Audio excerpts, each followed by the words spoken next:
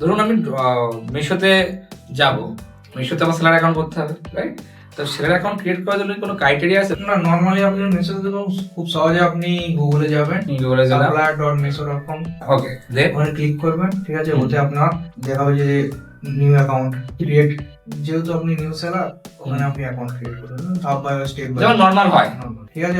আপনি যে লিগাল যে জিনিসগুলো লাগবে আপনার, জিএসটি থাকে জিএসটি, ঠিক আছে, ব্যাংক অ্যাকাউন্ট, তারপরে আপনার সিগনেচার ভেরিফিকেশন হয়, আর আপনার পিক আপ অ্যাড্রেস দিতে হয় যে কোথা থেকে মালটা পিক আপ হবে, আদৌ ওই জায়গায় পিক আপ ওদের লোকেশন আছে কিনা, ঠিক আচ্ছা, আছে।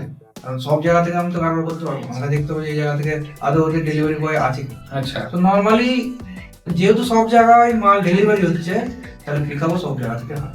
যেটা ডেলিভারি হচ্ছে ওটা পিক আপ হয়। আইডি পাসওয়ার্ড আপনার ক্রিয়েট হয়ে গেল, হুম। ঠিক আছে, এবারে আপনি প্রোডাক্ট লিস্টিং দিয়ে চলে যাবেন।